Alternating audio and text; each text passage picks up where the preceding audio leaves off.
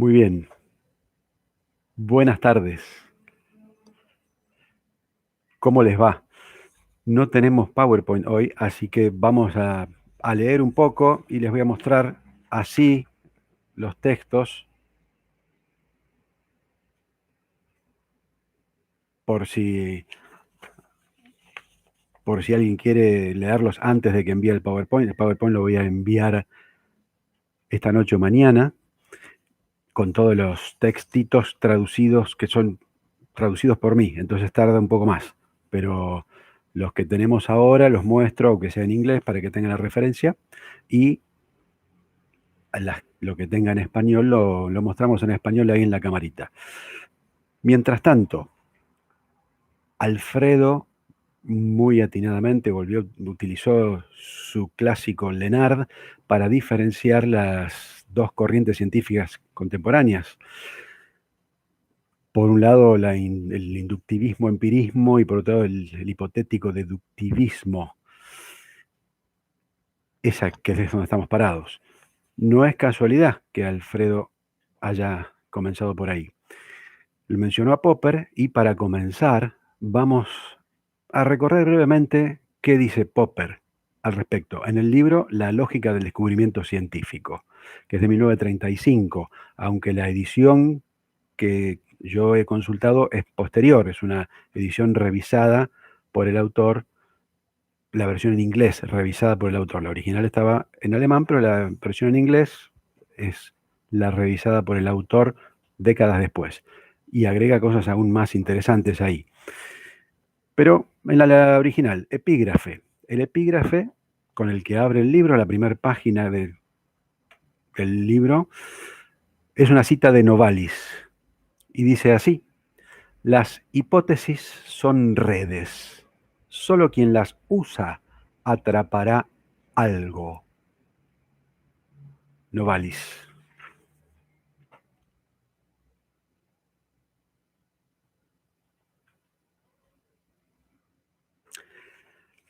Acto seguido comienza el libro, las primeras 3 o 4 frases dicen lo siguiente. Hay una aclaración al final, pero dicen lo siguiente.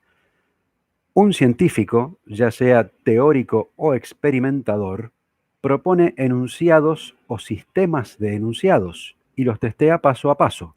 En el campo de las ciencias empíricas, particularmente, construye hipótesis o sistemas de teorías y los testea por experiencia de observación y experimento, que es la página 3, las primeras palabras del libro.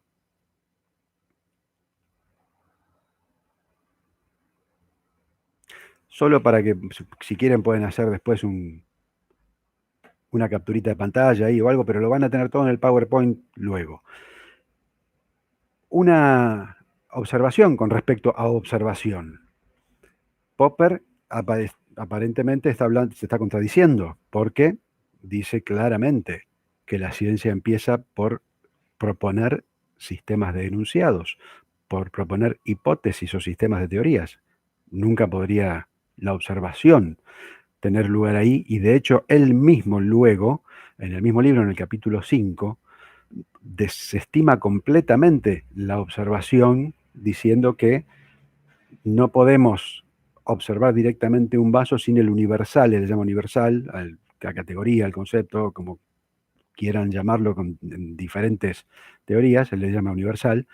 Un universal no es compuesto y no se refiere al objeto. Un universal no se refiere al objeto. Entonces, esas cosas en el capítulo 5 de este libro las explica con detalle y no tienen nada que ver con lo que diríamos la observación en el sentido más llano del sentido común, que sería mirar, porque se refieren a eso, básicamente, en principio, a mirar lo que ocurre en algún sector de la realidad, entre comillas. Ya vamos a ver que observación no es la observación del sentido común, y lo vamos a ver en Popper y en Hanson también, que es el autor que yo he encontrado más lacaniano en epistemología, más claramente lacaniano. Entonces, para seguir un poco con la propuesta de Alfredo también, vamos a ver qué entiende Popper por falsable. En el mismo libro, la página 65, el capítulo sobre falsabilidad, dice, esto lo traduzco ahora más o menos, después lo vamos a tener, pero ahora lo traduzco así más o menos.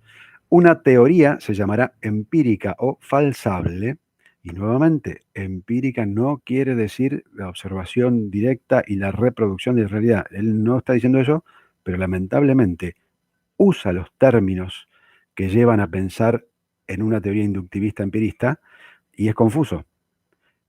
Vaya esto como lección para muchos de los que nos planteamos el problema de los términos teóricos. Los términos teóricos no son ingenuos ni se pueden reinterpretar.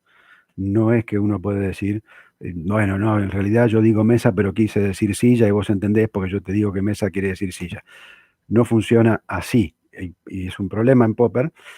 Después lo vamos a ver más en detalle en su misma teoría. Entonces, una teoría se llamará empírica o falsable si divide la clase de todos los enunciados básicos posibles en las siguientes dos subclases no vacías.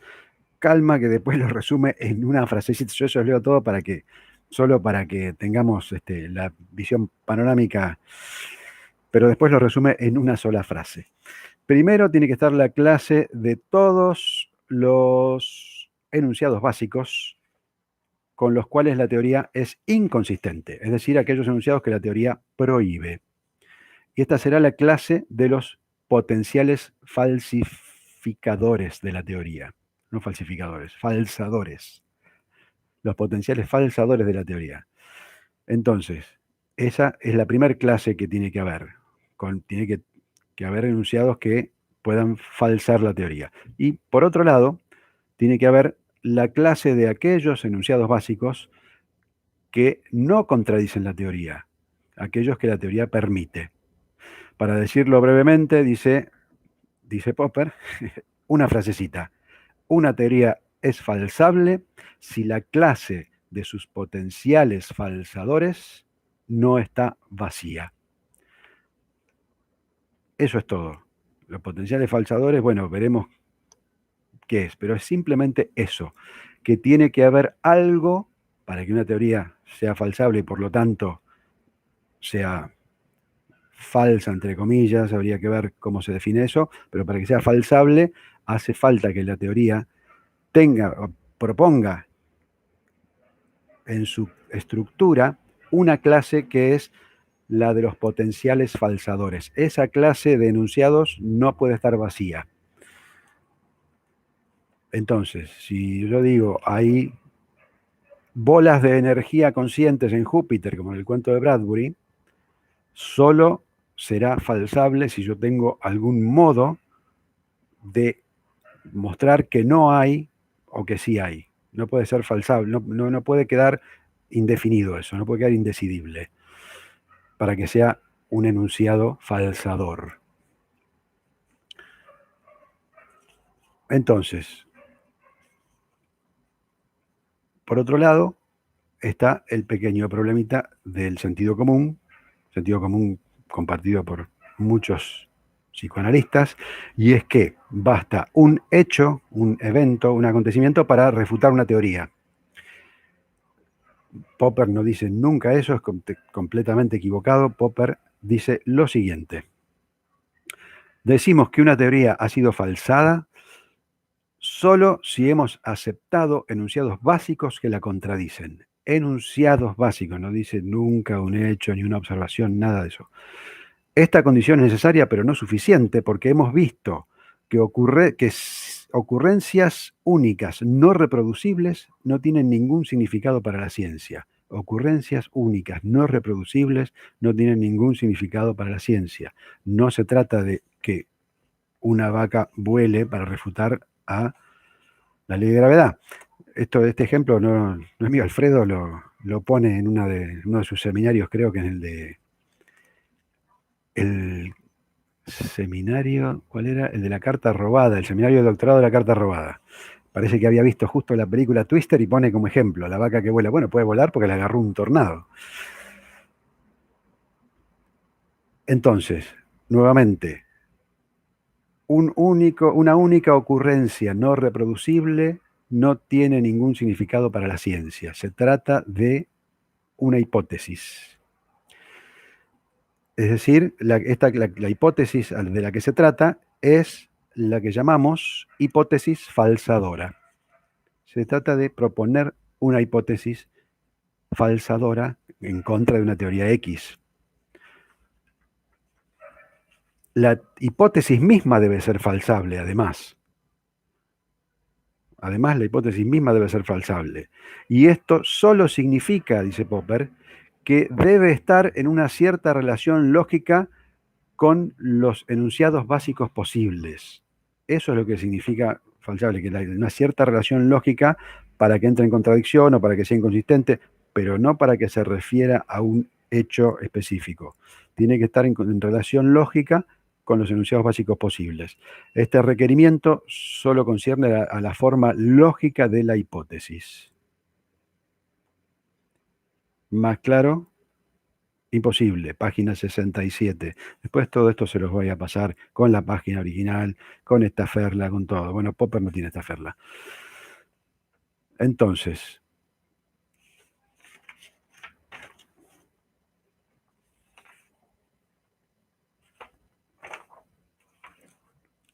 vamos a unos parrafitos de Lacan muy interesantes, que siempre son muy útiles. Lacan en el seminario 20, página 171 de Paidós, casi al final del seminario ya, dice, hablando de Newton, dice lo siguiente. Hipótesis non fingo cree poder decir Newton. Es decir, que dice, no, Lacan traduce, no supongo nada. Cuando al contrario, la famosa revolución, que no fue copernicana, sino newtoniana, jugó con una hipótesis, al sustituir un gira por un cae. La hipótesis newtoniana consiste en haber postulado que el giro astral es la misma cosa que caer. Pero para comprobarlo, cosa que permite eliminar la hipótesis, era necesario que primero la hiciera. Entonces, vamos a decir un par de cositas a qué se refiere Lacan ahí, que son básicamente casi de saber popular, para lo menos para nosotros, si estudiamos un poquito de ciencia, epistemología, aunque sean los libros de divulgación, de alta divulgación, como les llaman Kastner y Newman, que son muy buenos y muy útiles. No tenemos que ser expertos ni especialistas, solo tenemos que haber hecho algún recorrido para poder estudiar estos temas. Si no, nadie podría estudiar estos temas, ni tampoco nadie podría decir nada del psicoanálisis. No tenemos que ser expertos ni especialistas. Kastner y Newman, en matemáticas de imaginación, le llaman alta divulgación a los libros como los de ellos, que Borges usó para su propia obra. Borges es el autor más citado en la ciencia, de acuerdo al índice Garfield, es el autor más citado, más que Bradbury, más que cualquier autor de ciencia ficción. Borges, con esa sola herramienta, literalmente, solo con matemáticas e imaginación de Kastner y Newman. Entonces, a lo que se refiere Lacan con que sustituye un gira por un cae, es a que antes se pensaba que la Luna, por ejemplo, daba vueltas a la Tierra girando alrededor y que las leyes que regulaban ese movimiento eran diferentes de las leyes terrestres. Esto también está en Coiré. El gran paso de la ciencia es haber unificado las leyes celestes y las leyes terrestres. Entonces, la Luna gira, el movimiento lunar, el movimiento de órbita alrededor de la Tierra, porque cae a la Tierra. La explicación de Newton la hace a través de un dibujito muy lindo, que no lo tenemos aquí a mano, pero es básicamente la Tierra y un cañón que va tirando una bala de cañón cada vez más lejos. Llega un momento que la bala de cañón se sale de no va a caer más en la Tierra, porque la Tierra se le queda pequeña, va a salir, la velocidad de aceleración debe ser de 11 kilómetros por segundo para que eso ocurra, y una vez que sale ya va a estar siempre cayendo, porque cada vez que vaya a caer por aquí no tiene más Tierra y va a ir girando alrededor del planeta, cayendo, pero nunca encontrando el el planeta para caer sobre él. Entonces, esta idea, así dicha simplemente, pero que es así, es a lo que se está refiriendo Lacan con cambiar, girar por caer. Para Aristóteles las leyes celestes eran distintas, en los movimientos de los cuerpos celestes eran círculos perfectos, para Copérnico también, por eso Lacan aquí también dice que la revolución no es copernicana, sino newtoniana o kepleriana también, porque recién allí se empieza a romper realmente con los preceptos aristotélicos más arraigados, como por ejemplo este, que los cuerpos celestes son de otra materia distinta y se rigen por otras leyes del movimiento distintas que los cuerpos terrestres. Entonces, habiendo aclarado eso, Lacan insiste aquí con que Newton cree poder decir que no tiene hipótesis. La traducción, se las voy a leer ahora, la traducción exacta no dice creer, no dice suponer, pero bueno, es válida la de Lacan, ¿eh? Entonces, lo que dice Newton en el escolio general, en los Principia, es la última sección de los Principia, muy interesante esa sección, es medio filosófica, medio muy interesante. En la traducción de Cohen y Whitman del 1999, la última traducción así importante de los Principia. De ahí saqué este parrafito, página 869 y 870 del PDF. Dice Newton, en el escolio general de los Principia, 1666, ¿no? Yo siempre me acuerdo por el 666, el número de la bestia, pero bueno, por ahí anda, depende de si lo escribió durante la peste, ¿no? Bueno, a ver si alguien escribe algo ahora. No he podido aún deducir de los fenómenos la razón de estas propiedades de la gravedad. Se refiere aquí al inverso del cuadrado de la distancia. Y no finjo tener hipótesis. Esa es la traducción al inglés. Tal cual, ¿eh? No he podido aún deducir de los fenómenos la razón de estas propiedades de la gravedad. Y no finjo tener hipótesis. O sea, que el inverso del cuadrado de la distancia que había descubierto él, que había enunciado él, mejor dicho, porque no es descubierto, es enunciado, también lo había enunciado Robert Hooke, su medio archienemigo, que después lo tradujo esto está en latín originalmente, tradujo su obra al inglés, Robert Hooke. También había enunciado el inverso del cuadrado de la distancia, la ley del inverso del cuadrado de la distancia, que se aplica en fotografía, se aplica para la ley de gravedad, se aplica en diferentes áreas físicas. Entonces, continúa. Porque lo que no se deduce de los fenómenos debe ser llamado hipótesis. Y las hipótesis, sean metafísicas o físicas, o basadas en cualidades del ocultismo o mecánicas, no tienen lugar en la filosofía experimental. Las hipótesis no tienen lugar en la filosofía experimental. Interesante que pone aquí las hipótesis del ocultismo también. Occult en inglés. Esa frase, esa palabra es un término que se usa para el ocultismo, para las ciencias oscuras, la magia negra y todo eso. Recuérdense que Newton andaba en la alquimia y sabía del tema, pero incluso eso no lo considera. No considera tampoco las hipótesis basadas en cualidades del ocultismo. Ninguna hipótesis tiene lugar en la filosofía experimental. Continúa. En esta filosofía experimental, las proposiciones se deducen de los fenómenos y se generalizan por inducción. La impenetrabilidad, movilidad, el ímpetu de los cuerpos y las leyes del movimiento y la ley de gravedad se han descubierto por este método, afirma Newton. Claramente, después, Coiré ha hecho trabajos sobre Newton, sobre Galileo, varios trabajos hay al respecto, donde se muestra que no son inductivas las leyes. Pero Newton dice que sí, está convencido. Entonces, a lo que se refiere Lacan es a esta idea de Newton, muy interesante. Y Lacan dice, siempre hay una hipótesis.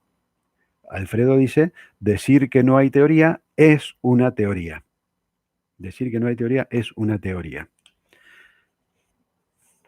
Entonces, para continuar un poco con Lacan y algunas de sus ideas epistemológicas, muy interesantes. Aquí vamos a ver algo más que interesante, porque vamos a ver a Lacan de algún modo contradiciéndose en un mismo párrafo. Ocurre más de una vez, se puede decir, Lacan se contradice, se puede decir, está todo bien, no voy a arder, miren, no ardí en llamas. Lacan se equivoca muchas veces, se contradice, pero se contradice levemente. Lo más importante, lo fuerte y lo grueso, el fundamento epistemológico siempre es bien sólido y simplemente hay que seguirlo, nada más. Hay que seguir su fundamento epistemológico y no nos desviamos nunca, no podemos perdernos. Entonces, Lacan Seminario 2, páginas de Paidós, 356 a 359, hay un par de párrafos allí muy ilustrativos. Entonces, dice Lacan, es indiscutiblemente real que las estrellas no tienen boca, pero a nadie se le ocurriría pensar en ello si no hubiera, para observarlo, seres provistos de un aparato de proferir lo simbólico, a saber, los hombres. Esto de los planetas no tienen boca se refiere, está en la sección llamada por Miller y Paidós, llamada Introducción del Gran Otro. Ahí está. Ahí Lacan dice que los planetas, ¿por qué los planetas no hablan? Se pregunta. Y dice que un científico muy astuto le contesta, porque no tienen boca. Y hay un análisis de Lacan muy interesante. Fidel Shaposnik hace este análisis histórico de la representación pictórica de los planetas antes de Newton. Y todos tenían boca. De hecho, en la bandera argentina, el sol es una carita, una cara que está ahí emitiendo rayos. Entonces, antes los planetas eran representados así, pero Lacan dice, Newton los hizo callar. El asunto es que todo eso se puede plantear, dice Lacan aquí, porque hay un aparato simbólico. Si no, no se podría plantear ni se podría saber que hay estrellas o que hay nada, porque no se puede categorizar, no se puede procesar en lo simbólico. La percepción pura no existe una vez que pasamos el Big Bang del lenguaje. Una vez que pasamos ese umbral, no hay vuelta atrás. No hay vuelta atrás, no hay percepción pura. Ya lo vamos a ver ahora. Es muy claro verlo desde el punto de vista de la percepción. Entonces, Lacan continúa hablando aquí de la bóveda celeste, que es ese semicírculo, esa semiesfera que hay sobre nuestras cabezas, que antes se creía que estaban pegadas las estrellas ahí o que eran agujeritos y que detrás había un fuego que pasaba por esos agujeritos. El asunto es que eso es fijo, siempre fue fijo para el antiguo. Entonces se mueve, la semiesfera se mueve, pero las estrellas que están pegadas a la semiesfera no. Solo se mueve la semiesfera. El movimiento, dice Lacan, el movimiento perfectamente regular del día sideral es, con seguridad, lo que por primera vez permitió a los hombres experimentar la estabilidad del cambiante mundo que los rodea y comenzar a establecer la dialéctica de lo simbólico y lo real, donde lo simbólico brota aparentemente de lo real, lo cual naturalmente no está más justificado que el pensar que las llamadas estrellas fijas giran realmente alrededor de la Tierra. Entonces, nuevamente, esto es importante porque Lacan acá sí dice claramente que lo simbólico no brota de la realidad, de la observación de los objetos. No puede salir una teoría de allí. No puede salir una teoría de la observación pura de los objetos, de la realidad circundante. Entonces, continúa. De igual modo, no debería creerse que los símbolos han salido efectivamente de lo real, de la realidad se refiere aquí, de la realidad circundante. Pero no por ello es menos asombroso advertir hasta qué punto esas singulares formas fueron cautivantes, formas cuyo agrupamiento, al fin y al cabo, nada justifica. Se refiere a las constelaciones y aquí dice, ¿por qué vieron los humanos a la Osa Mayor como tal? ¿Por qué las Pléyades son tan evidentes? ¿Por qué se vio a Orión del modo en que se lo vio? Sería incapaz de decirlo.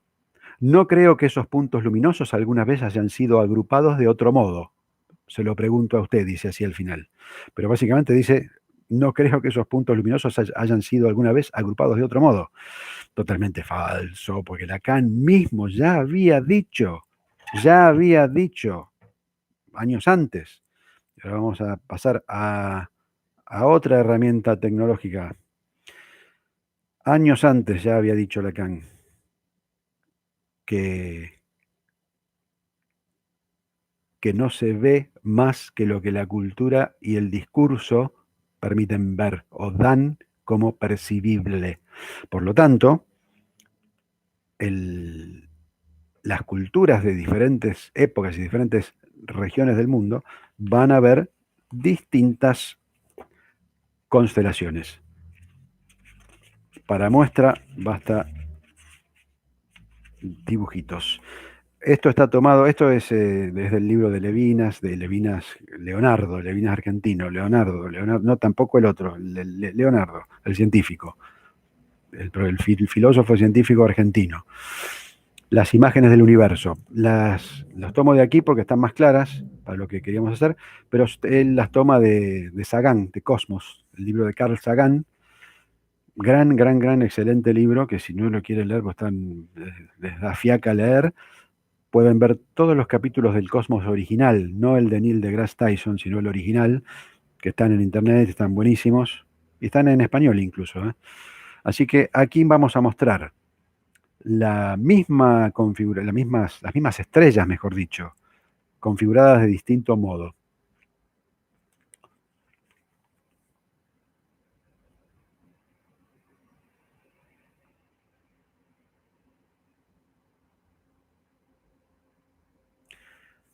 El primero, lo que sería la cacerola, el cucharón, se le llama así, el cucharón en América del Norte, en Francia la cacerola, pero en Inglaterra se llamó el arado.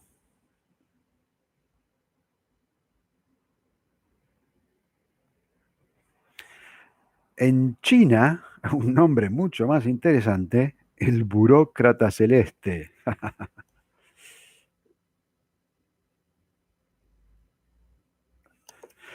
Genial. Y en Europa medieval era un carruaje tirado por un caballo.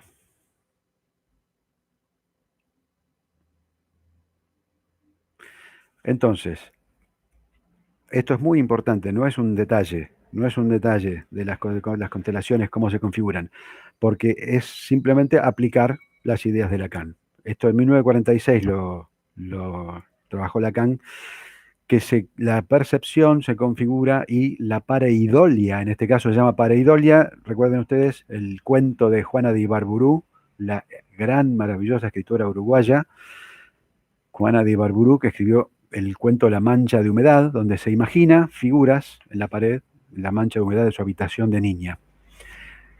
Esas figuras no pueden ser cualquiera, no están en la pared, no están en la pared, solo están en la carga teórica, vamos a usar el concepto de Hanson, que lo vamos a ver después, que se le aplique. Por lo tanto, cada individuo, cada sujeto de diferentes culturas, diferentes épocas históricas, va a ver diferentes cosas, necesariamente.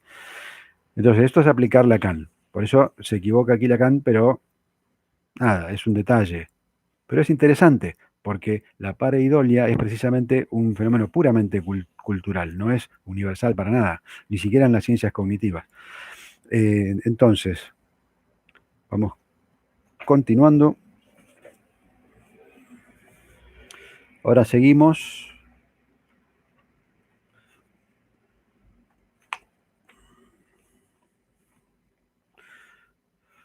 Vamos a seguir con un poquito más de Popper, de su mismo libro, La lógica del descubrimiento científico, pero el capítulo 5, donde va más a su costado lacaniano.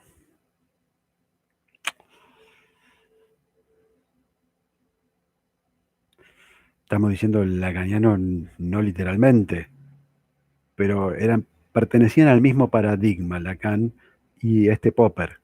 Seguramente Popper, que escribió mucho, que dio conferencias, que vivió muchos años, etc., Habrá dicho otras cosas que contradicen esto, pero aquí es muy específico, se explaya muchísimo en el capítulo 5 de esta obra, en todos los capítulos, es completamente antisensorialista, antiempirista, todo eso lo mismo que diría Lacan. Entonces, dice Popper en el capítulo 5, dice así: una epistemología sensorialista sostiene que los enunciados científicos hablan de nuestras experiencias. Si esta mesa es roja o azul, solo puede ser determinado consultando nuestras experiencias sensibles.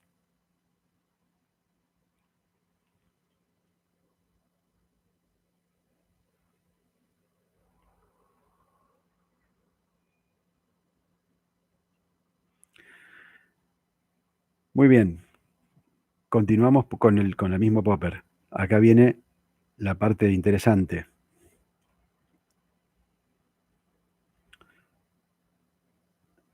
Pero toda descripción utiliza nombres universales, símbolos, ideas.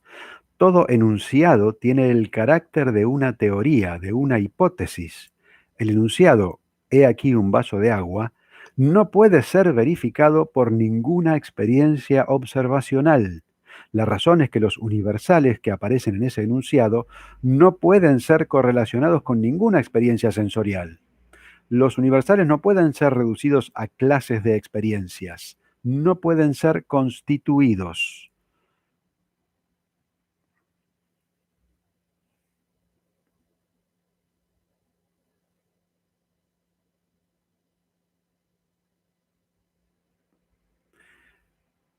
Muy bien, ese sigue siendo Popper. Y por último, de ese mismo capítulo, son todas ideas de ese mismo capítulo, dice: la pregunta de la epistemología no es ¿cómo puedo justificar mi descripción de cierta experiencia y defenderla contra toda duda? Esto no sirve, ni siquiera cambiando el término experiencia por oraciones protocolares, que es la expresión que usaba el Círculo de Viena, oraciones protocolares para referirse a los enunciados o enunciados protocolares, a los enunciados que se referían directamente, que describían directamente una percepción, una experiencia de la realidad, entre comillas. Sigue Popper: desde mi punto de vista, lo que la epistemología tiene que preguntar es ¿cómo examinamos los enunciados científicos por sus consecuencias deductivas? Nuevamente repito, desde mi punto de vista, dice Popper, lo que la epistemología tiene que preguntar es ¿cómo examinamos los enunciados científicos por sus consecuencias deductivas? Pero todo el mundo cree que los enunciados empíricos de la ciencia están fundados en experiencias tales como percepciones.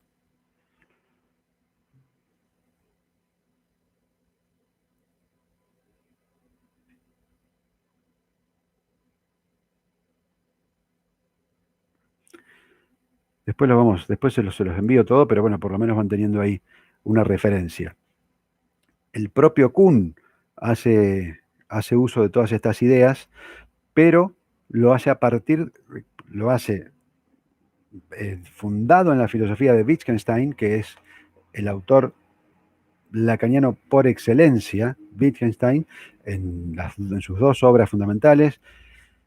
La única que él publicó en vida fue el Tractatus lógico-matemático, que no tiene, que es muy cortito, no tiene una estructura así argumentativa, son casi como aforismos que se van encadenando. El Tractatus es un libro muy importante. Allí apareció por primera vez la tabla de verdad de la lógica.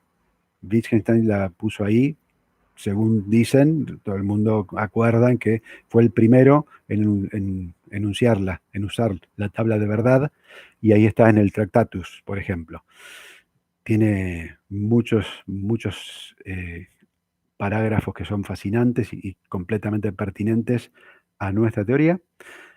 O sea que de ahí viene, de Wittgenstein viene Hanson. Hanson fue discípulo de Wittgenstein y desarrolla, básicamente, como dicen en inglés, traduciendo así literalmente, toma donde Wittgenstein dejó, retoma donde Wittgenstein dejó y lo lleva mucho más allá. Y vamos a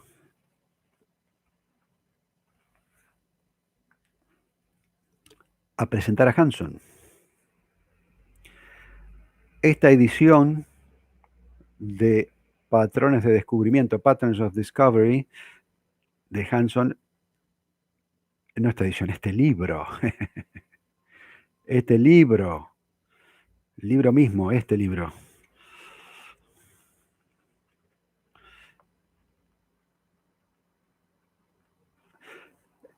Era propiedad de Rolando García, el gran epistemólogo argentino que trabajó con Piaget. Este libro era propiedad de Rolando García. Acá está marcadito por García.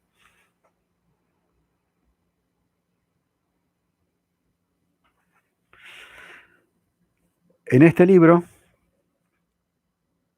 que también básicamente es el único que escribió Hanson, porque este sí lo publicó Hanson en vida, después hay otros, bueno, también hay ensayos, hay un par de ensayos que están publicados por él, pero hay mucho material que son recopilaciones de sus clases, acaban de salir hace un par de años, recopilaciones de sus clases, versiones escritas de sus clases, que él nunca revisó, nunca vio, pero son también muy útiles. Wittgenstein tampoco nunca vio ni revisó ni los cuadernos azul y marrón, ni las investigaciones filosóficas, que fueron publicadas después por sus alumnos. Tanto los cuadernos azul y marrón como las investigaciones filosóficas son fascinantes y de lectura muy amena, que es fundamental, fundamental.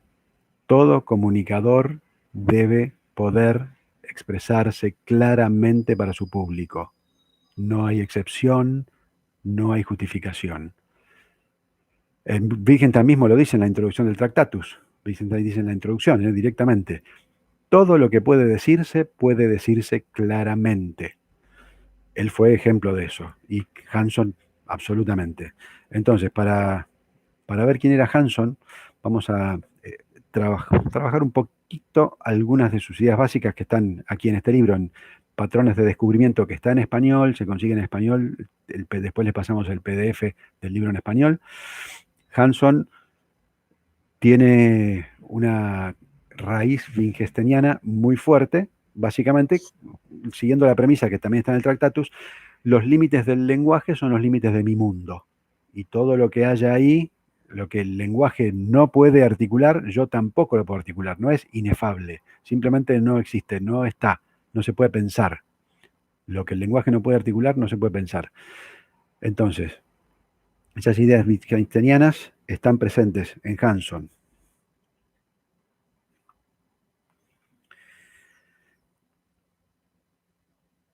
Les voy a leer algunos extractos, algunos extractos de este libro de Patrones de Descubrimiento. La cuestión no es el uso de la teoría, sino el encuentro de la teoría. Mi preocupación no es acerca de testear hipótesis, sino acerca de cómo se descubren. Examinemos no cómo la observación, los hechos, los datos son metidos en los sistemas generales de las explicaciones físicas, sino cómo estos sistemas generales están en las observaciones, en nuestra apreciación de los hechos y los datos. Introducción del patrón de descubrimiento. Esta es la parte de la introducción. Entonces, nuevamente, no se trata de ver cómo encontramos a los datos de la percepción o a los hechos, entre comillas, a la observación en las teorías, en los sistemas teóricos, sino al revés. Cómo encontramos sistemas teóricos en las observaciones, en nuestra percepción. Esa es la cuestión que se plantea Hanson. Hanson como la banda, ¿no? Hay una banda de pibes que se llama Hanson. Yo creo que son hermanos, como los Jonas Brothers.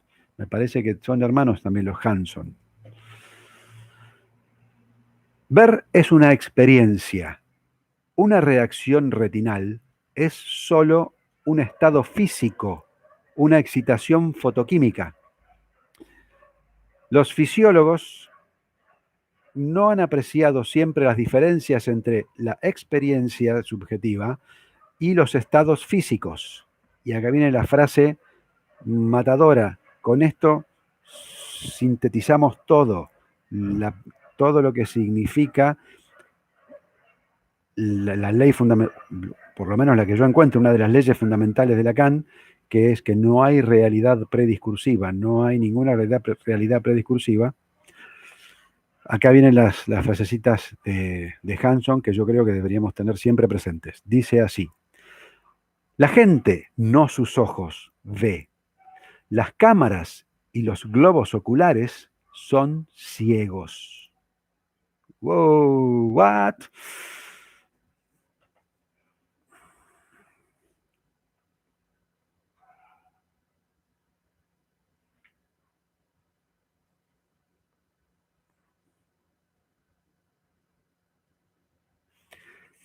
Nuevamente, por las dudas, la gente o el sujeto, podemos, sí, alguna cuestión hay que adaptarle, mínima. El sujeto, no sus ojos, ve. Las cámaras y los globos oculares son ciegos. Entonces, eh,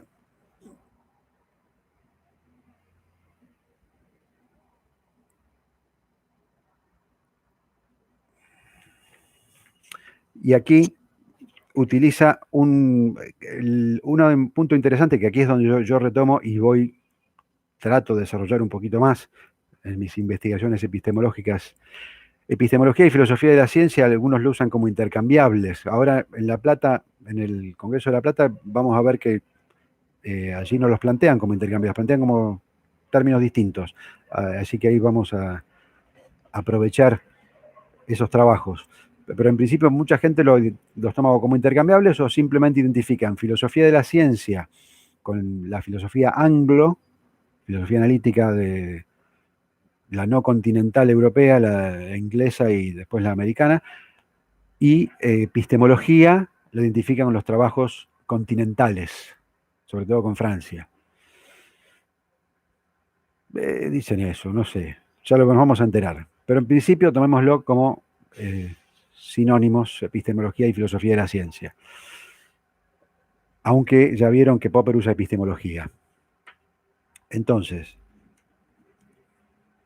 tanto Wittgenstein como Hanson utilizan para hacer sus exploraciones teóricas las figuras ambiguas que en la época en la que Wittgenstein escribía estaban siendo popularizadas por la teoría de la Gestalt.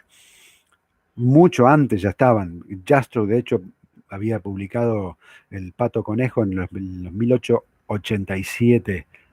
Joseph Jastrow había publicado El Pato Conejo en 1887, o sea que ya estaban dando vueltas estas cosas y Wittgenstein las toma y las hiperpopulariza, sobre todo El Pato Conejo. Pero una de las que toma Hanson, que también es muy útil, también es muy antigua, desde fines del siglo XIX, es una creación de un cristalógrafo que se llamaba Necker y se la conoce entonces como el cubo de Necker.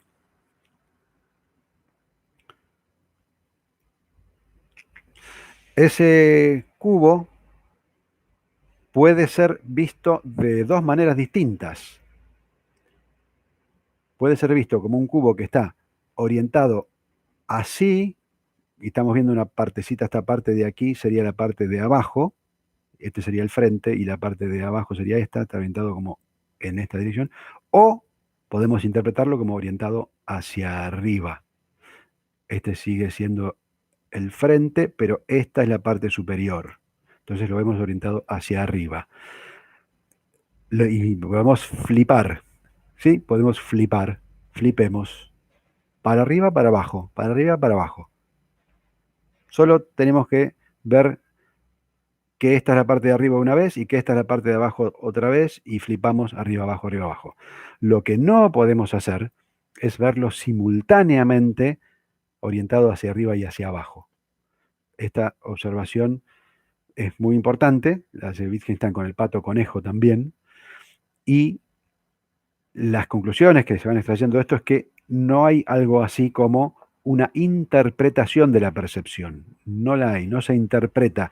Ya después vamos a ver en, en Kuhn, que Kuhn dice que todo el libro toda la estructura de las revoluciones científicas, todo el libro apunta a negar la idea de que la percepción se interpreta.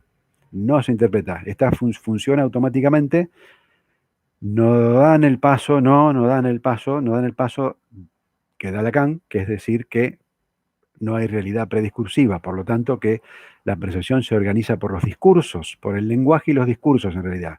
Ciertas estructuras del lenguaje y ciertas estructuras de los discursos. Entonces, por ambas cosas, la percepción no es una interpretación de una impresión que nos llega a través de los sentidos y que luego interpretamos. No ocurre así y estos trabajos lo muestran claramente. Entonces, seguimos con Hanson. ¿Qué hora es?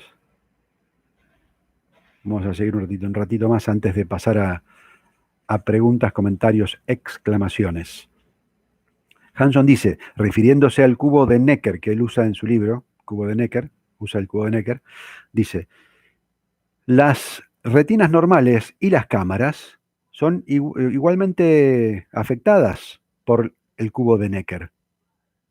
Nuestro sistema visual será igual, ¿no? Si yo les pido que dibujen lo que ven, seguramente van a dibujar algo como la figura 1, como el cubo de Necker, van a dibujar las mismas líneas, los mismos ángulos, pero ¿vemos todos la misma cosa? Algunos verán el cubo visto desde abajo y otros visto desde arriba, como algunos verán el pato y otros el conejo.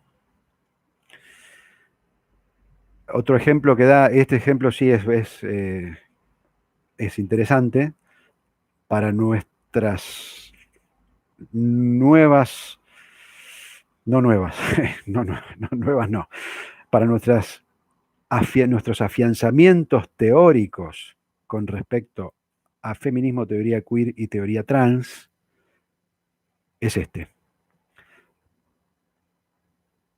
Hanson efectivamente usa no lo usa solo porque era lo que se usaba en la época, pero en este dibujo se puede ver o una anciana, que esta sería la nariz y esta sería la boca, o una joven parisina que está mirando hacia el otro lado, está mirando en la otra dirección. Y lo que sería la nariz de la anciana es el pómulo y el mentón de la joven parisina. Y uno puede ver una cosa o la otra, pero no ambas simultáneamente. El ejemplo preferido seguramente es el cubo de Necker. Entonces,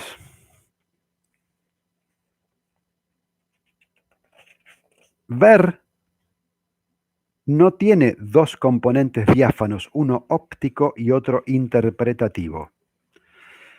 Insistir que las diferentes reacciones al cubo de Necker deben yacer en las interpretaciones,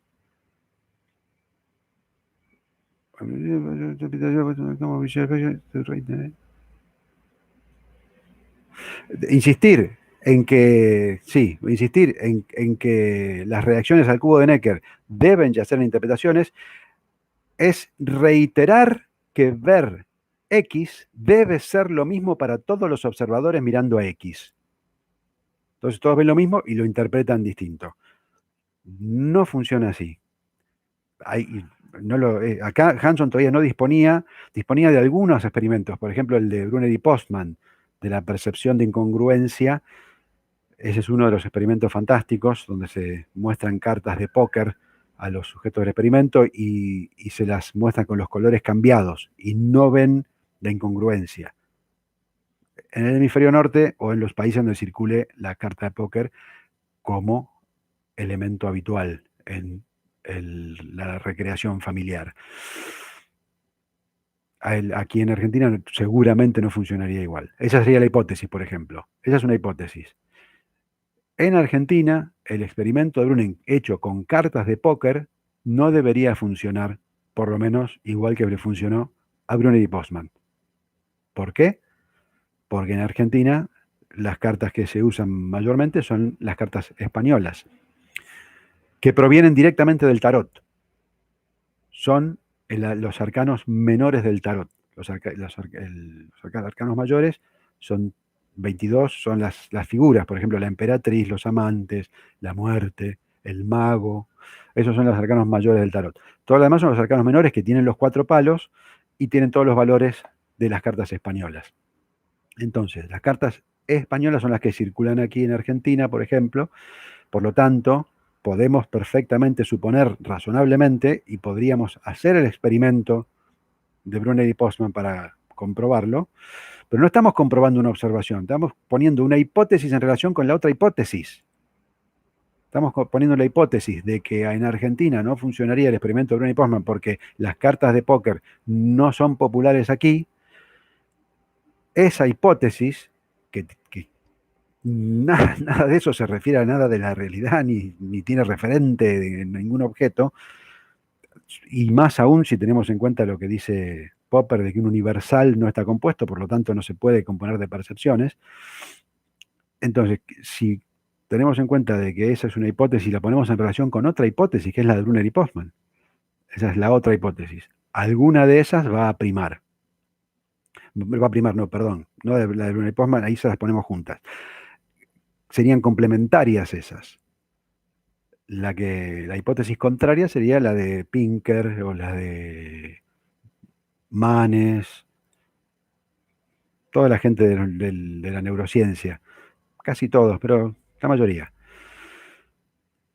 Entonces, volvemos, y ahí estamos en terreno completamente discursivo lacaniano, y lo estamos llevando a la percepción, que sería como el extremo, como decir, bueno, no, pero yo esta mesa la toco, yo veo que el sombrero es rojo, sombrero de manipulación.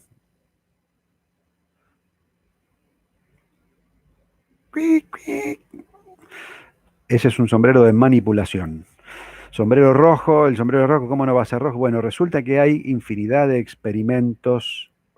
Hoy ya estaban en la época de Lacan con el Brunner y Postman, en los 40, 47, publicaron el experimento de incongruencia.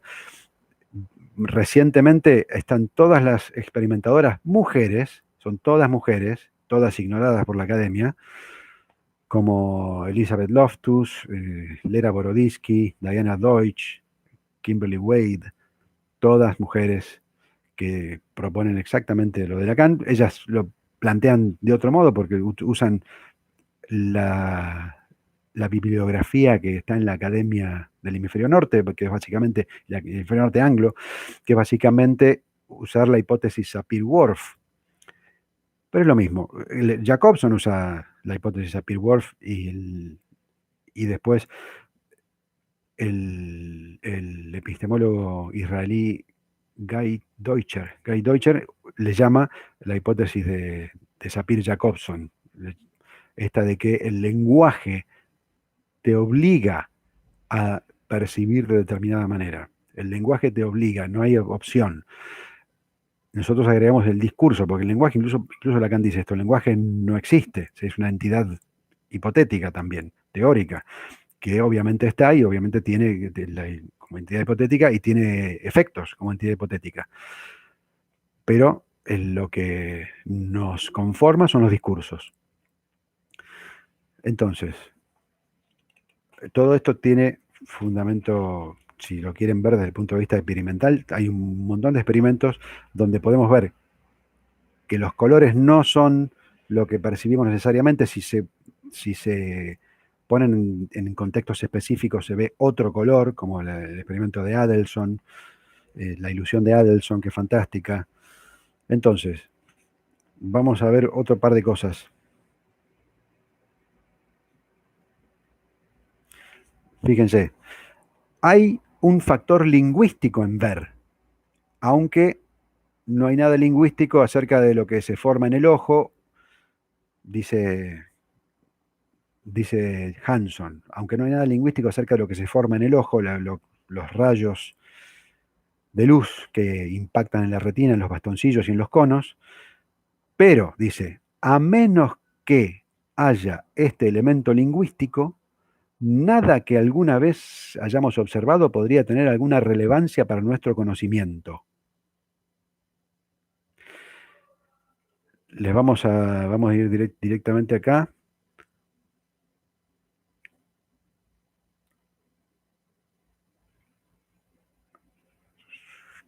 El conocimiento del mundo no es un montaje de palos, piedras, colores y ruidos. Es un sistema de proposiciones. Hanson. El conocimiento del mundo no es un montaje de palos, piedras, colores y ruidos. Es un sistema de proposiciones. Cuando el lenguaje y la notación se refiere a el tipo de escritura matemática que se use en las teorías físicas, o matemáticas, ¿no? Pero acá está estudiando casos de la física, porque luego en el libro estudia el caso de Galileo y Descartes, que hablando del mismo tema, pero de paradigmas distintos, cometen el mismo error, el mismo error. ¿Por qué? Si hablan desde paradigmas distintos, ¿por qué cometerían un error igual con respecto a un problema X? ¿Por qué cometerían el mismo error desde paradigmas distintos? Y dice Hanson, porque usaban la misma notación científica. Y la notación también determina cómo pensamos.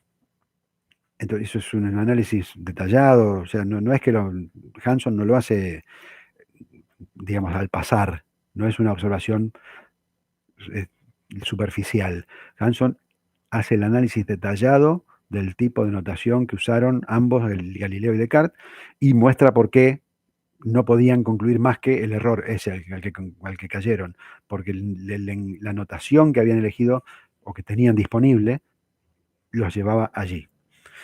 Cuando el lenguaje y la notación son ignorados en los estudios sobre observación, la física es representada como fundada en la sensación y en los experimentos elementales. Se describe la física como repetitiva, monótona, una concatenación de sensaciones espectaculares y experimentos de laboratorio de escuela, dice así Hanson. Pero la ciencia física no es solo una exposición sistemática de los sentidos al mundo, es también un modo de pensar el mundo, un modo de formar conceptos.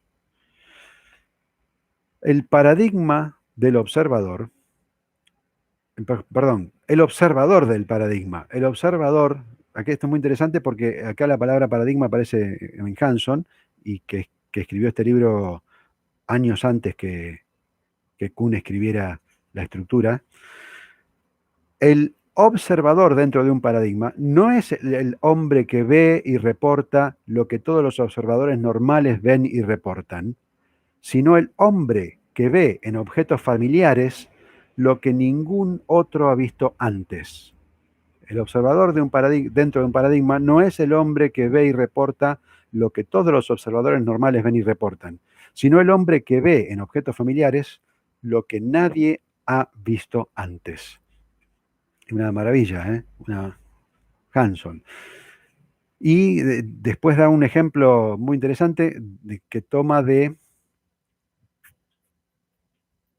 un libro de Babbage, que es uno de los padres de la computación.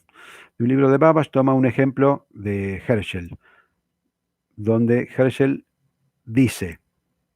el astrónomo, dice, un objeto es frecuentemente no visto porque no sabemos cómo verlo. Dice que empieza así, un objeto frecuentemente no es visto porque no sabemos cómo verlo, antes que por algún defecto de nuestro órgano de la visión, dice Herschel. Y da como ejemplo, dice, voy a preparar el aparato, un aparato especial para ver las líneas de Fraunhofer, que son las líneas de Fraunhofer.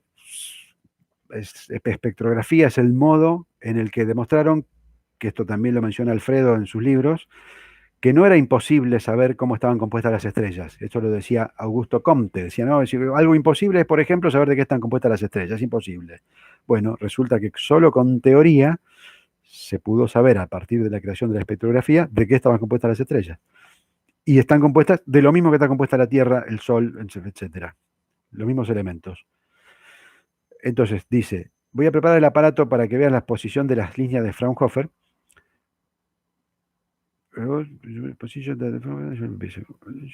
Voy a prepararlo de manera tal que yo vea las líneas de Fraunhofer. Herschel dice que yo las vea, pero vos no las vas a poder ver. Vos no las vas a poder ver. Yo las voy a ver al lado tuyo, pero vos no las vas a ver. Las líneas de Fraunhofer son líneas negras que están en el espectro. Y después de lo cual, manteniéndote en la misma posición, te voy a enseñar cómo verlas. Y las vas a ver. Y te vas a preguntar cómo no las viste antes. Y vas a encontrar, y vas a ver que es imposible ya dejar de verlas ahora que sabes cómo verlas. Una cita de Babbage, The Decline of Science in England. Con eso cierra el capítulo sobre observación. Hanson tiene todos los capítulos, son fascinantes, el de causalidad también. Entonces,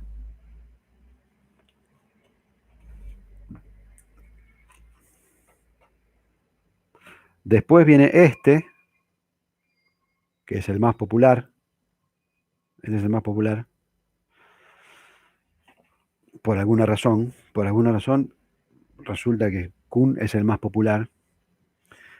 No necesariamente el más fácil, a veces no es fácil de leer, pero sí es el más popular. Y vamos a concluir con un par de citas de observaciones de Kuhn en este libro, en la estructura de las revoluciones científicas. Dice Kuhn: si dos personas se paran en el mismo lugar y miran en la misma dirección, debemos, bajo pena de solipsismo, concluir que reciben estímulos bastante similares.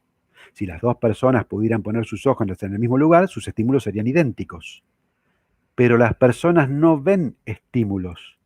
Nuestra recepción de los estímulos es altamente teórica y abstracta. En cambio, las personas tienen sensaciones. Y no estamos bajo la compulsión de suponer que las sensaciones de los dos observadores son iguales.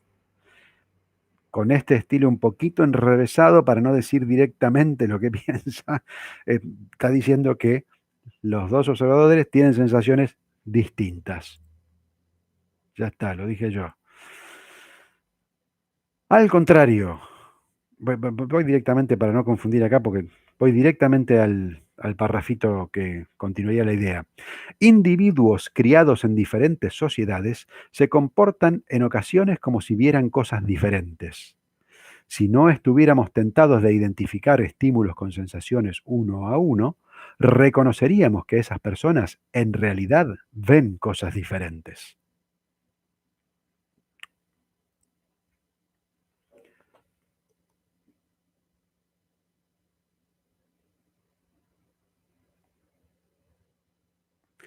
Esto está en el postscript del 69. En el postscript del 69 hay varias cositas interesantes que Kuhn agrega al libro original. Una es esta.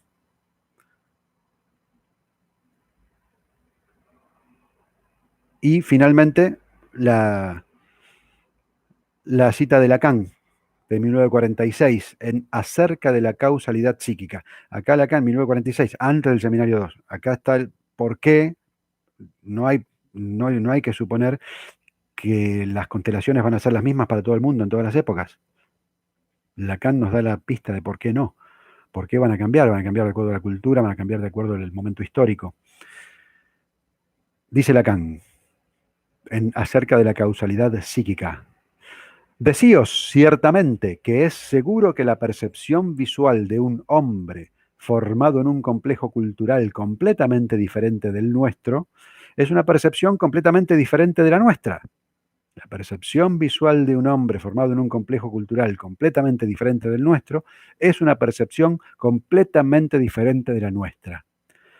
Más inaccesible a nuestros ojos, sigue Lacan, hechos para los signos del cambista, que aquello cuya huella imperceptible sabe ver el cazador del desierto. La pisada de la gacela en las peñas.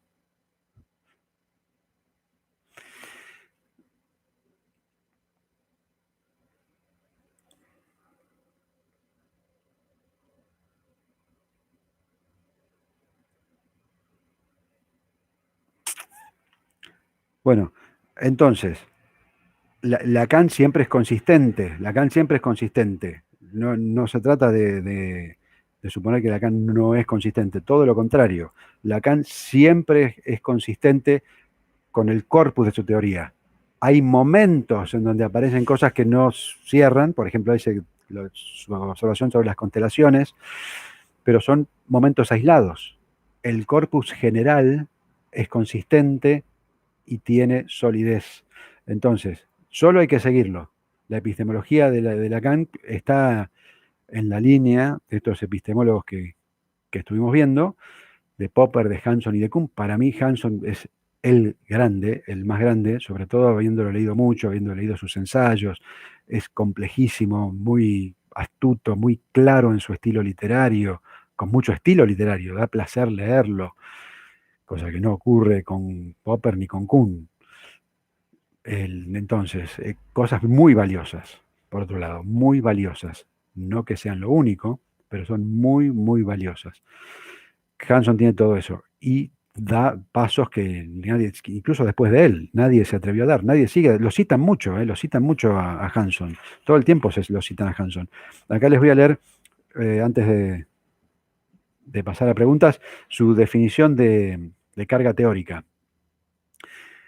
La primera vez que aparece la expresión carga teórica, pues esa expresión carga teórica la usa todo el mundo para decir otra cosa, no lo que dice Hanson.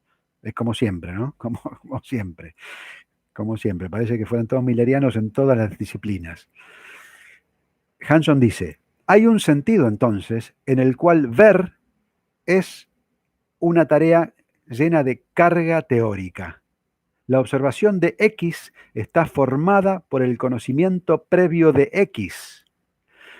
Otra influencia de las observaciones es el lenguaje o la notación usada para expresar lo que sabemos, y sin lo cual, sin el lenguaje y la notación, habría muy poco para reconocer de nuestro conocimiento y del mundo. Entonces, la carga teórica dice que el conocimiento previo de X forma la observación de X. Y esto es a través del lenguaje y la notación. Lenguaje y notación, o sea, más lacaniano, no sé. No me explico, no sé qué puede ser más lacaniano dentro de la epistemología tradicional, obviamente, pero muy claro, específico, con algo bastante lacaniano o francés en general, creo, porque Sartre también lo tenía, que es el uso de slogans. Podemos sintetizar la teoría de Hanson en frases. Una frase por aquí, una frase que continúe, se van sucediendo, no sé, 5 o 6 frases y podemos tener una idea bastante aproximada de la teoría. Eso es una gran, gran virtud que la tiene Lacan, la tenía Sartre. El infierno son los otros. Bueno, preguntas. No me pueden escupir ni tirar nada. Espero, a ver si están por acá cerca, ¿no? Conceptos fundamentales, ¿qué dice?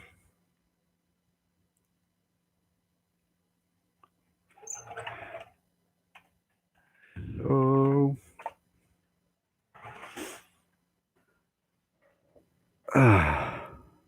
Me cansé.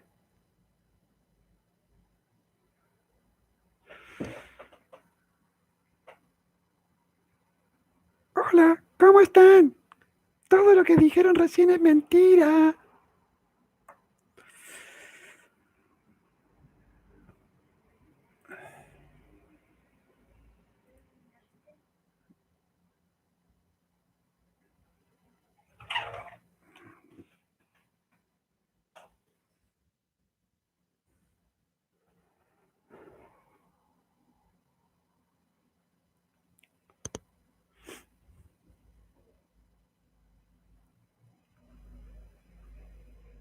No hay manera de que yo te pueda escuchar, Mariano, ¿no? No hay manera, porque no estamos en conferencia. Por eso estaría mejor Skype.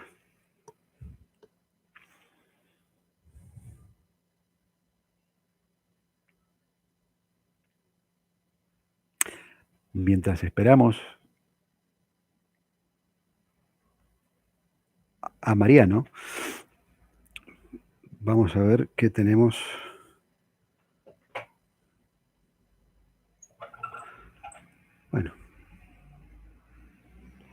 ¿Qué tenemos por aquí?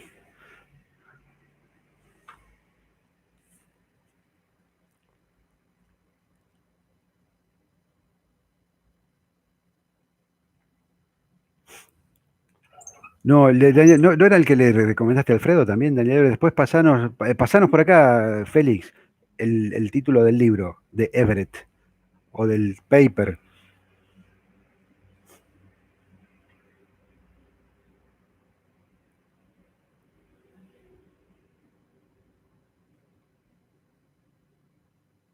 El problema, Mariano, muy bien, está bien la pregunta, que se refiere, pero no se refería a la percepción tu pregunta, Mariano. Esa es la pregunta de el sacerdote inglés, el que cita Borges, che. Berkeley, el obispo Berkeley.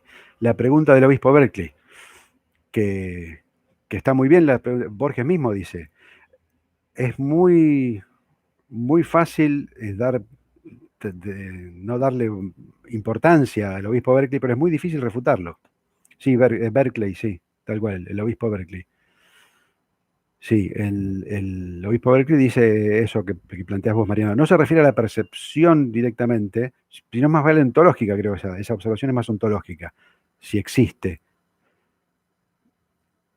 Este, y la respuesta, porque ahí no habría percepción determinada por el lenguaje y los discursos, sino sería una cosa una pregunta ontológica, si existe. La respuesta, creo que estaría bueno pensarlo por ahí también desde Lacan, es que si hay una teoría que propone que sí existe, lo que fuere, la teoría que fuere, teoría X, no importa cuál, pero si hay una teoría que propone que sí existe, una teoría que es consistente, que está bien construida, etcétera, que propone que sí existe, entonces sí existe. Hay otras que proponen que no, y son atendibles también. Yo no estoy muy familiarizado con la mecánica cuántica, pero sé que la mecánica cuántica también tiene su ontología y va un poco también por ese lado. Este, Mirá, muy bien, Félix, gracias, Félix, por ese dato, ¿eh? Sí, recuerden que está bueno que refutó a Chomsky, porque por lo menos Pinker dice que toma a Chomsky, y Pinker es totalmente inconsistente, es el enemigo número uno del psicoanálisis de Lacan, digamos, porque Pinker es muy escuchado, tiene muchos doctorados, honoris causa y todo eso, y es totalmente inconsistente desde muchos puntos de vista. Por eso está bueno tener una herramienta más. Yo creo, Mariano, eso, que el Berkeley se refiere más a la de Berkeley es una pregunta más ontológica que discursiva. Pero yo diría que si hay una teoría que dice que el árbol hace ruido, bueno, entonces podemos pensar que sí. Pero si hay otra que dice que no, como podría saberla, y es consistente, y entra en contradicción con la que dice que sí, debe haber un modo de que una sea falsa, de falsar una de las dos. Debe haber un modo, si no, no se podría considerar que son teorías sanamente construidas, digamos, bien formadas. Debe haber un modo, un experimento crucial para mostrar que una de las dos es falsa. Un experimento crucial que falsaría una o la otra. Si no lo hay, si no podemos encontrarlo, entonces hay algo que está fallando en la construcción teórica. La teoría misma tiene que poder construir su clase de falsadores. Eso es lo que dice Popper. La teoría misma tiene que poder construir su clase de falsadores. Si la teoría no propone su clase de falsadores y no está bien construida, tenemos que buscar un modo. Nosotros tenemos una teoría falsable, completamente falsable. O sea, no hay duda, yo no tengo duda alguna.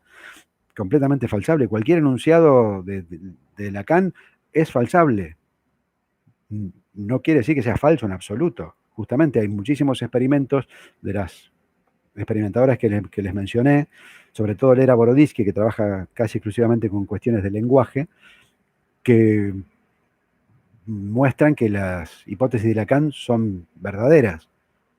Son falsables, porque si el experimento no da eso, si tiene razón Pinker, entonces Lacan no va.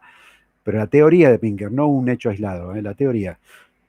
Pero las teorías en las que se basa y los discursos en los que se basa Lera Boroditsky muestran que las hipótesis de Lacan son correctas. Hasta ahora. Pero está muy bien lo de Berkeley. Borges tiene... Si se bancan un segundo, lo dejo acá, lo dejo a cargo. A ver si lo puedo dejar a cargo.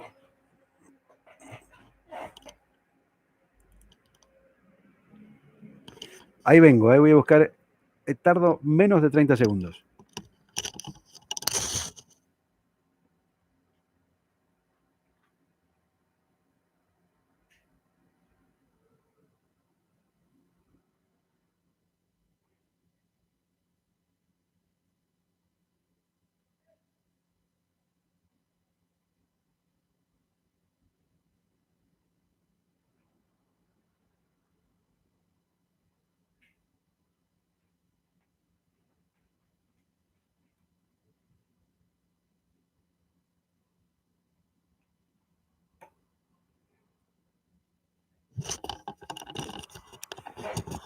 Ahí volvimos. Acá, en uno de estos está el texto de Borges sobre Berkeley. Que ya lo busco, porque la cita es muy interesante, la clásica cita, ¿eh? Clásica cita de Berkeley. Con esa cita es suficiente. Aquí está. Entonces, este ensayo de Borges se llama Nueva refutación del tiempo, que ya es paradojal en sí mismo. ¿Cómo va a ser nueva si refutó el tiempo? Dos argumentos me abocaron a esa refutación: el idealismo de Berkeley y el principio de los indiscernibles de Leibniz. Y acá cita a Berkeley, en Principios del Conocimiento Humano. Berkeley dice: afirmo que esta mesa existe, es decir, la veo y la toco. Si al estar fuera de mi escritorio afirmo lo mismo, solo quiero decir que si estuviera aquí la percibiría, o que la percibe algún otro espíritu. Hablar de la existencia absoluta de cosas inanimadas sin relación al hecho de si las perciben o no es para mí insensato. Su esse es percipi. No es posible que existan fuera de las mentes que las perciben. Ese es percipi, su ser es lo percibido. Existen porque se perciben. Entonces, eso está en Otras Inquisiciones. Nueva refutación del tiempo en Otras Inquisiciones. Ahí me parece a mí que no habla de la percepción en el sentido de determinada por los discursos, sino como garantizadora de la ontología del objeto.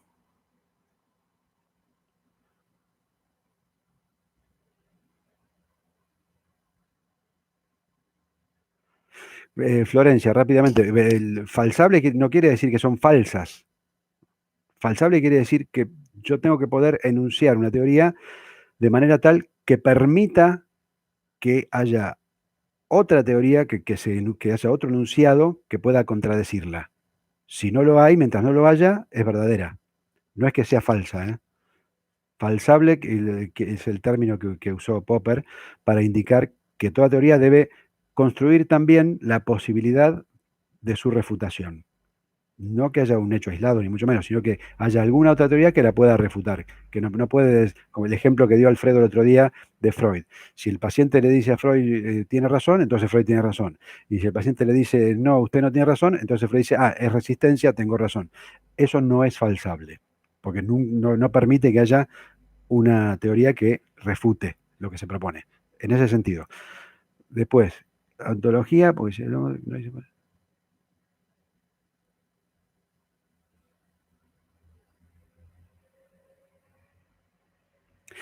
Muy bien. Lo que decimos es que el punto del que estamos haciendo énfasis es que aun cuando, que esto lo dice Lacan cuando habla de las estrellas no tienen boca porque no tienen aparato de proferir lo simbólico, pero él dice Lacan, pero no pudimos, no había estrellas en este sentido de la astronomía y de la cosmología antes de que hubiera el humano, les humanes, que pueden habitar lo simbólico y son habitados por lo simbólico. No hay modo de salir de ahí. Wittgenstein dice que es como tener anteojos pegados, anteojos de colores pegados, que no te los puedes sacar. Nunca te los puedes sacar. Siempre vas a ver todo de un color. No hay otro modo. Una vez que pasamos el umbral del Big Bang del lenguaje,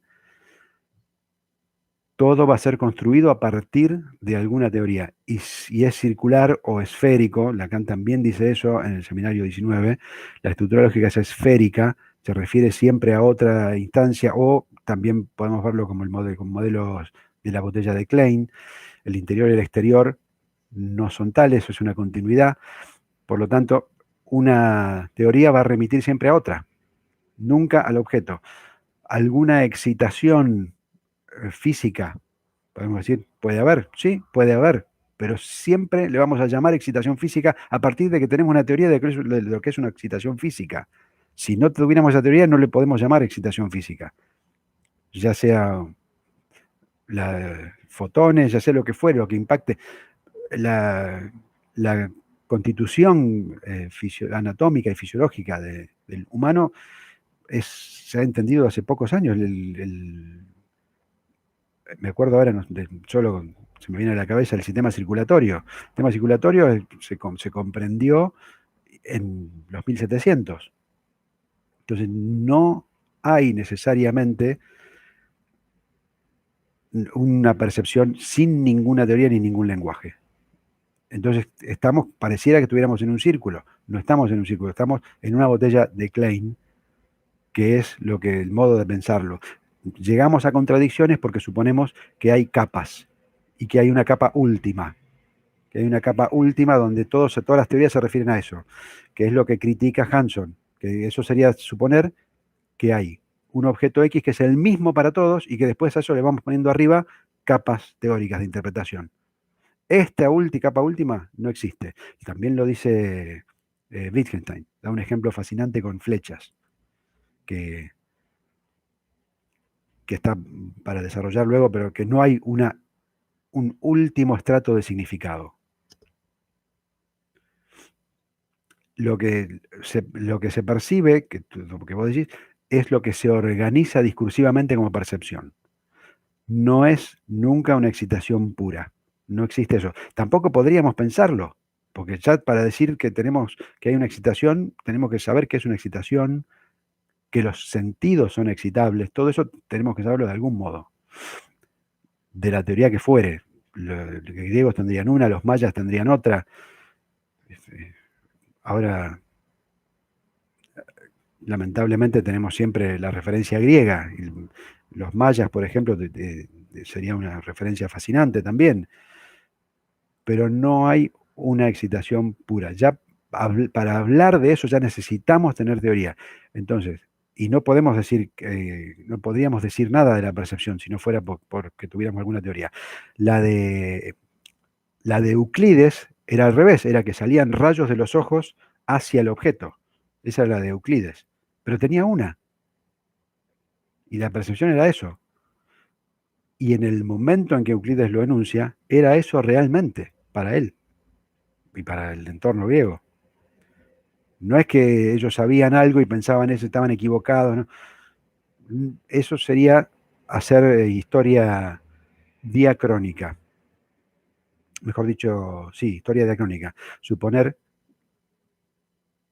a ver, me confundo, historia anacrónica y diacrónica. La anacrónica, que sería la nuestra, es la que no puede separarse del momento histórico desde donde habla. No se puede separar uno del momento histórico desde donde habla, como no se puede separar de los discursos y del lenguaje desde donde habla, o desde los que es hablado. Esa es la historia anacrónica. La diacrónica dice que sí, que podemos meternos en la cabeza de un griego de la Grecia clásica, o de un griego, o más loco aún, un griego arcaico, que según Feyerabend tenían otra concepción, otra percepción completamente distinta. Feyerabend lo demuestra, ¿eh? En el capítulo 16 de su libro Contra el Método. Contra el Método es el de Feyerabend, el que dice contra en el título. En ese libro, en el capítulo 16, un capítulo bastante largo y complejo, donde muestra cómo los griegos arcaicos tenían una percepción, no una interpretación, una percepción distinta completamente de la Grecia clásica, de lo que tenían los griegos clásicos. Y te explica por qué. Muy interesante. Entonces, ¿qué es lo que se percibe? Esa pregunta. No es el objeto, no lo podemos llevar a la referencia, porque aún cuando digamos, bueno, sí, no hay nada, no somos, no es solipsista, no es, solo podemos decirlo si suponemos que somos una esfera. Nosotros tenemos que hacer el esfuerzo de no pensar en términos de esfera. Es difícil, es muy difícil, porque todo el mundo está armado en esos términos. Pero si lo planteamos en términos de esfera, que hay un objeto afuera y ese objeto nos impacta de algún modo y lo reproducimos de algún modo en nuestra mente, y ahí sonamos, porque ahí volvemos todo para atrás. Tenemos que poder pensar en términos de botella de Klein al menos, donde no hay esa interioridad y exterioridad. Por lo tanto, no hay algo que impacte en los sentidos que venga de afuera. Nada viene de afuera. Más difícil de pensar, pero los heptópodos de la película Arrival seguramente lo tenían más claro. Los heptópodos. Que les cuento un secreto, los heptópodos son humanos dentro de 3.000 años. Se nota acá cuando muestran acá la clavícula. Cuando lo muestran entero, que eran mucho más altos de lo que se veía, muestran la clavícula. Y la clavícula es humana. Claramente, no tengo dudas. Pero entonces, botella de Klein y no esfera, porque la tendencia siempre va a ser, siempre para nosotros va a ser, para todo el mundo, a comprenderlo, a entender el universo como esferas dentro de esferas, que es el universo aristotélico, la cosmología aristotélica. Pero no somos así. Lacan, el aporte grandioso de la topología es que es una herramienta para pensar la geometría implícita de otro modo. Todos los enunciados tienen geometría implícita. Todas las teorías, todo lo que decimos tiene geometría implícita. La geometría implícita, que eso es una idea mía, ahí no está, pero yo encuentro que puedo reconocer la geometría implícita en todo. La geometría implícita que deberíamos poder usar es la unilateral, la unilátera. La botella de Klein, mínimo. Entonces, por ahí vendría.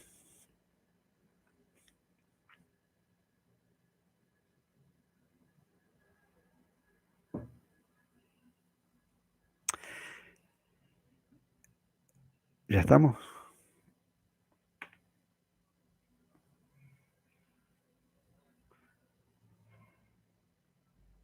¿Qué más les puedo contar? Bueno, digamos la palabra coronavirus, para no quedarnos fuera.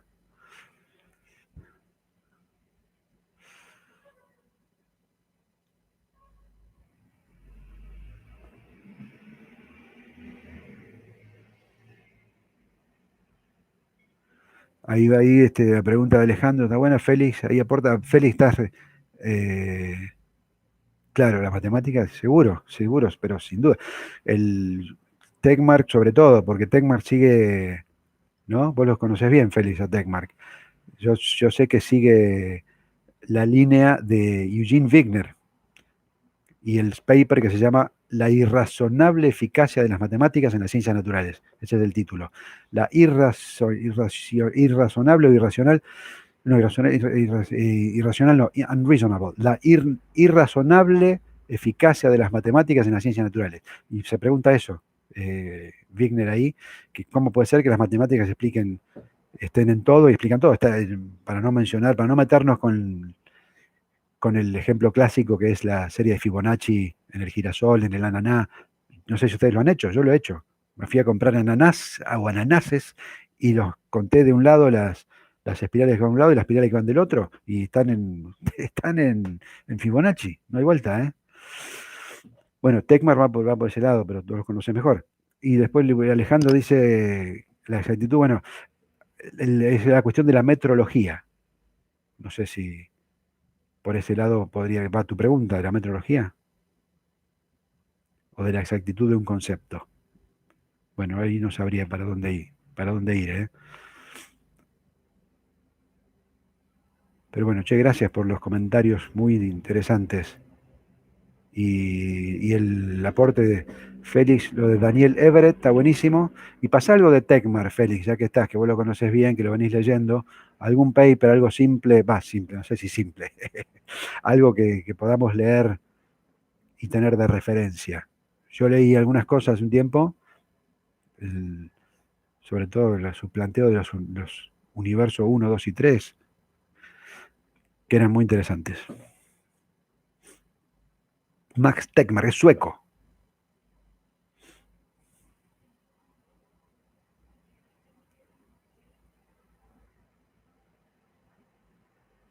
Muy bien. ¿Nos vamos? La teoría, el Alejandro dice que existe una teoría en función de otra. Sí, esa es la versión, sí, esa es la versión. Los modelos que se usen para determinar consistencia y coherencia interna, eso será otro tema, porque pueden ser distintos modelos. Pero sí, lo que yo diría, como la escuela de Edimburgo también sostiene eso, la versión coherentista de la verdad, que se refiere a esto que decís vos, Alejandro, que sería la, la teoría consistente y coherente en sí misma, no con referencia a un objeto, sino coherente en sí misma. Obviamente siempre se va a aplicar a algo, va a modificar alguna cosa que no sea la teoría misma, pero, pero la teoría, la verdad como la teoría coherentista de la verdad, yo voy por ese lado. La escuela de Edimburgo va por ese lado, que son David Bloor y no me acuerdo quién más. Sí, yo la que mencioné hoy les paso todo, incluso los PDF que tenga. Félix podría coparse y mandar algo de Techmark y lo de Everett, si está en español, Félix, otro día que Alfredo te preguntó, ¿no? Si está en español, yo lo busco después. Capaz que en biblioteca está. Muy bien. ¿Nos vamos? ¿Qué dice conceptos fundamentales? ¿Nos vamos?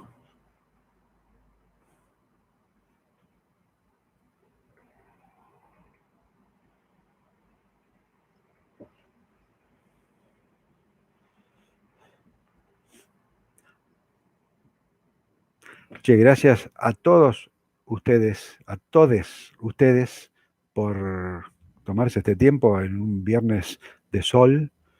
Bueno, está bien, no, no pueden salir de la casa en realidad. No pueden salir de la casa, así que mejor. Menos mal que pudimos hacer esto para pasarla mejor.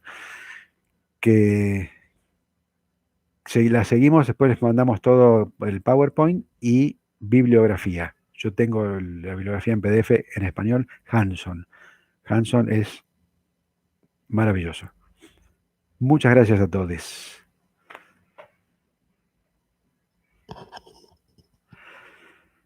Me voy.